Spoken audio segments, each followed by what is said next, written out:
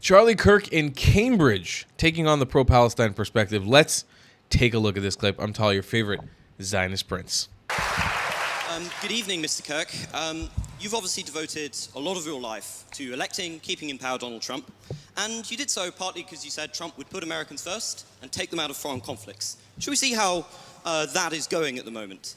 Currently, Trump has just accepted a $400 million debt from Qatar, which we're assured is perfectly above board.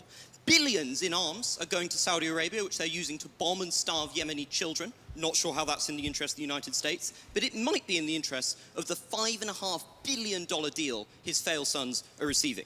At the same time, this great president of peace has greenlit mass killings not just in Yemen, but in Gaza, where he greenlit an invasion called Operation Gideon's Chariot with the express aim of wiping out the Gazan population. You promised to put America first. Haven't you and your ilk sold America out?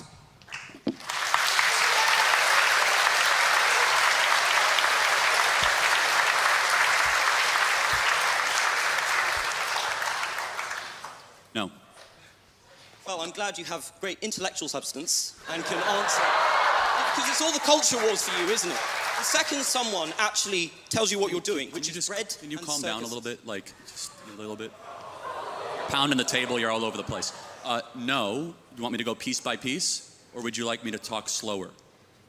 I think you can. Number one, Donald Trump is convening a peace deal between Russia and Ukraine. Joe Biden gave them armaments. That's going well, isn't it? It's going well. Can you not interrupt me? Well. I allowed you to talk uninterrupted. You're famous for not interrupting. I haven't interrupted a single person here today. Can I speak uninterrupted, actually? Okay. He is convening a peace deal between Russia and Ukraine. I believe we will see an end to that war. Number two, he's actually talking to Iran and discouraging Israel to strike the interior of Iran and has stopped many other international countries to do the same. Number three, can you give him credit for ending the Indian-Pakistan war? Both of them said he didn't do that. Well, hold on a second. Let's go back. No, that's important. Russia, Ukraine. Hold on, that's important. Can I speak now? Yes, but the Indian-Pakistan thing, you got to go deeper than that.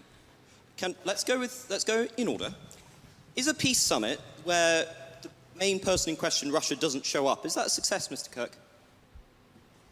I'm not even sure. I'm not even sure. Not a success? Well, again, these are ongoing negotiations, and it's a lot better than when your Prime Minister, Boris Johnson, went alongside our Secretary of State, Tony Blinken, to Istanbul and unnecessarily blew up a potential Russian peace deal, which has resulted in hundreds of thousands of dead Ukrainians, one of the great unnecessary wars of the modern era.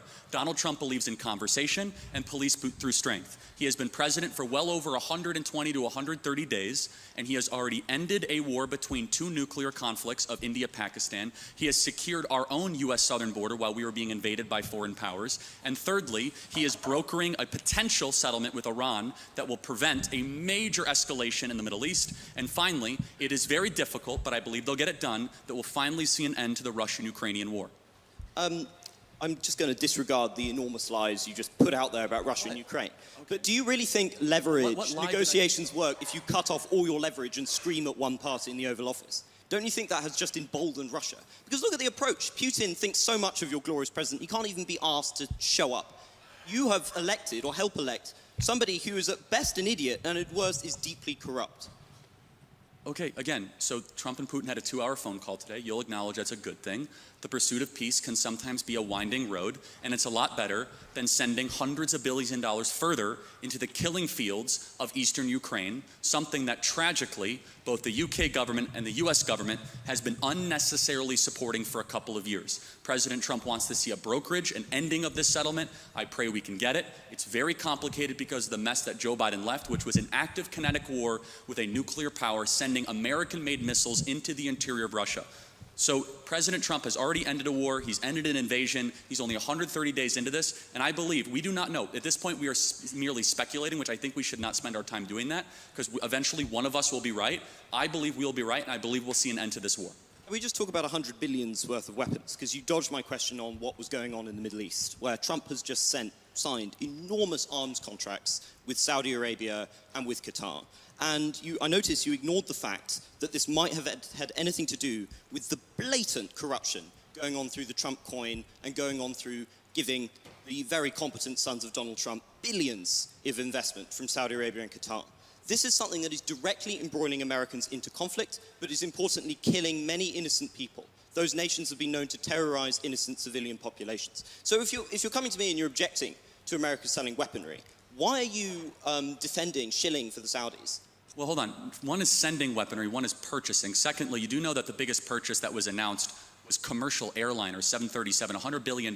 We've heard of Qatar Airways. They purchased $100 billion of commercial airways. You are right, there were some weapons contracts. But I guess the question is, would you rather have Saudi Arabia buy weapons from America or China?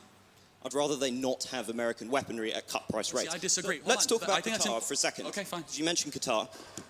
You've been talking a lot about Hamas and the evils of Hamas. Can I ask you, who's the main funder of Hamas? Well, the Palestine... State?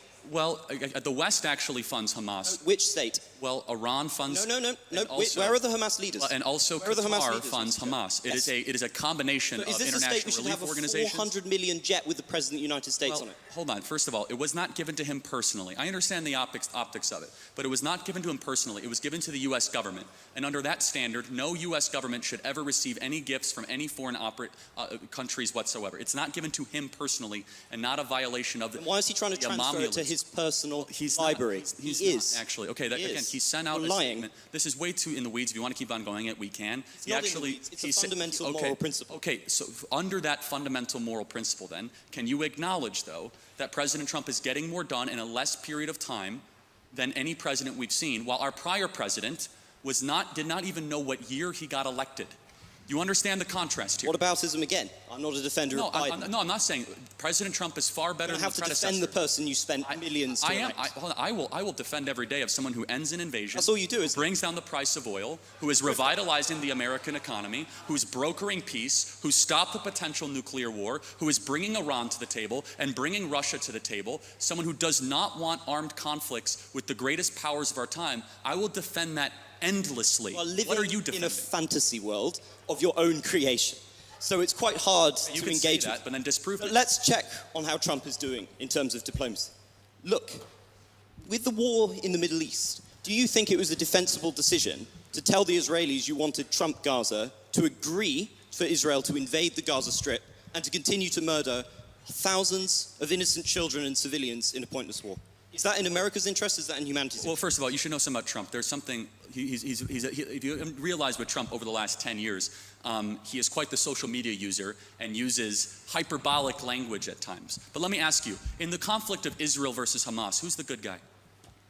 I believe both Hamas and the Israeli government are evil, but I think also that there is no justification. Are they equally? There is no justification for the murder and mutilation of thousands of innocent people and children in a futile... Let's zero in on it. There is no justification, Mr. Kirk, for invading hospitals, for bombing innocent populations and dragging out a war which is damaging Israel and the West's security. You've made that point, but... Well, it's not a point, it's a moral truth, isn't it? Okay, yeah. It was also a moral truth that the war started because 1,300 Jews were killed and 200 were taken hostage. And when you declare war on Israel, expect a firestorm in reaction. Let me finish, I let you talk. Israel, at its holiest day of the calendar year besides Yom Kippur and Rosh Hashanah, Samat Torah, the 50-year anniversary of the Six-Day War. On Shabbat, Hamas invaded Israel, deciding to go recklessly to music concerts, to homes, to kibbutzes, and taking 200 plus hostages. They knew what they were doing. In one of the most cloistered urban environments on the planet, 2 million people live in a place where it's impossible to wage war.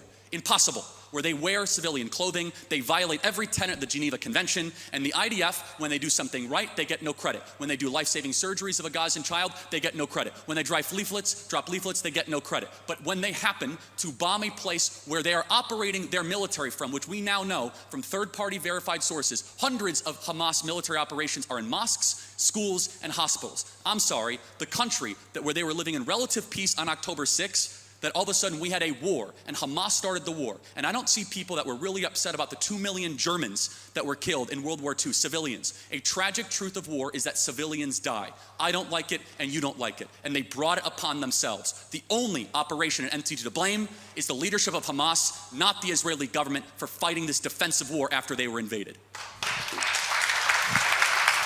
I'm no defender. Little punk ass bitch. Sorry, I gotta make it a little dirty. The terrible pogrom that was launched against Jews on that day. but the justification for the death of innocents cannot be an infinite cycle of bloodlust. It cannot be killing tens of thousands of innocent civilians with a war with no end in sight, people who were not complicit in those atrocities. It cannot be bombing hospitals which children use. It cannot be bombing hospitals in which cancer patients are dying and starving in there. The deaths that have been inflicted, nobody knows the true toll, but somewhere between 50 and 100,000 people lie dead under the rubble. And what is left for Gaza except for to continue to suffer under Hamas? Because it turns out Netanyahu's political strategy has not worked. It has entrenched Hamas within the territories. To be a Christian, I would have thought, Mr. Kirk, would never have involved suggesting that the price for an atrocity must be an infinite cycle of bloodlust, that innocent people and the young population must be killed to avenge some kind of providential quest. How can you call yourself a Christian? Well, you just did. I want to make sure we get our moral clarity straight before we proceed. No one likes what's happening in Gaza. No one with a heart or a soul or a mind likes when kids die. But you must understand who started the conflict so that you could end it correctly. And until Hamas brokers an unconditional surrender, of which they are unwilling to do, they could release the hostages and drop their weapons and their lives would be spared. Instead, they are using children of Gaza as cannon fodder, financed by the Iranian mullahs and dragging the entire world into this conflict. So I don't even know what we're debating at this point other than I believe that Israel, I believe the facts, Israel was unconditionally attacked on October 7th. They're responding in kind. And I would just ask you a very simple moral question. How should Israel have responded? Not with the blanket carpet bombing of the city, not with bombing hospitals. Of course, some kind of military operation might have been necessary, but not murder on this scale. There is no justification for what is happening with the enormous death toll that is being produced. I really cannot see how you come here and you have the gall to lecture us on Christian morality and then sit here and justify the murder of thousands of civilians. And is it working, Mr. Kirk? Is Hamas dismantled? I've never said that. You just did. Well, no, this is your whole in thing. war, these are called casualties of a war. We're going to need to stop bringing this Again, to a close. I'm not going to justify every military maneuver of a 100,000 person army. Instead, what I will do is I'll be clear that there is a good guy and there is a bad guy. I honestly... Isn't that the morality of a child? Well, hold on. It's interesting you say that, because a child who knows that Israel is the good guy, Hamas is bad, has a lot more wisdom than a student like yourself at Cambridge University. I will be glad that I will not have been somebody who has defended the genocide of the Palestinian people. And I think you will have to reckon one day that you have reckoned with... Interesting. I want to close on this. So can you tell me what African country is currently ongoing a civil war? Believe it or not, I know about Sudan. Because I'm not an idiot. How about what Southeast Asian country has an ethnic cleansing going on right now? Myanmar. Good. And you have strong opinions on both sides? Unlike you, I take an effort to be informed about foreign policy and to come to conclusions. You are a culture warrior. I believe when everything is done, Mr. Kirk, people will see you and the people you supported as corrupt, as selling the country out to the lowest bidder, and of doing irreparable damage to a country I'm sure we all deep down love. The difference, I think you will have to reckon with that. Difference Mr. Kirk. is when...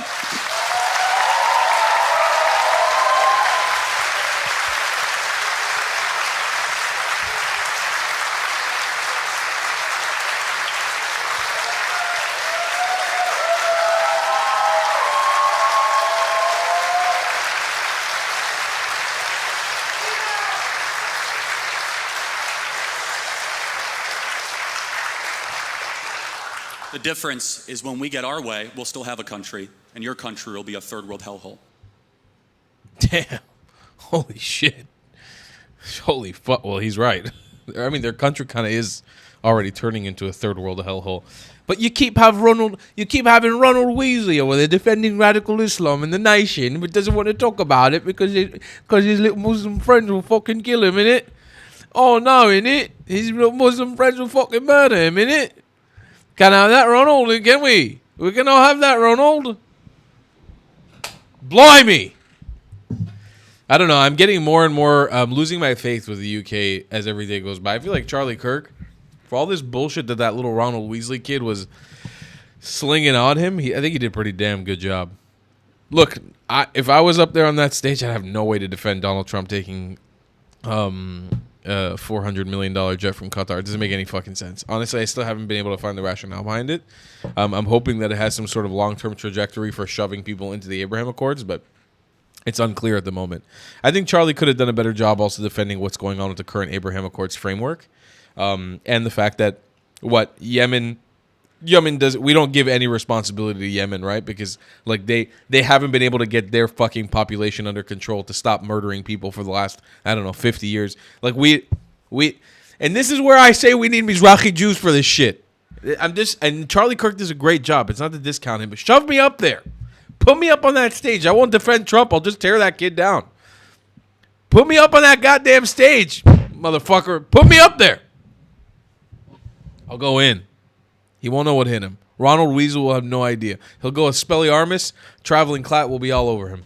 Anyways, ladies and gentlemen, I'll see you guys in the next one. Support the channel so we can get up on Cambridge University, as if that will ever happen. I love you guys a long time. Goodbye, class. If you believe in my content and want to support me, just know your help is needed. There's a bunch of great ways to support me, being PayPal, Buy Me a Coffee, or joining my Patreon community down below. Patreon is the best way to support my channel, and you'll get a bunch of cool perks depending on what tier you join. Another great way to support me is by buying my merchandise on thetravelingclat.com. I regularly drop new merch designs like this beautiful hat or this amazing shirt, where you can support the channel and get something cool for yourself. I also have an amazing Discord community with people from all over the world. Thank you so much for your support.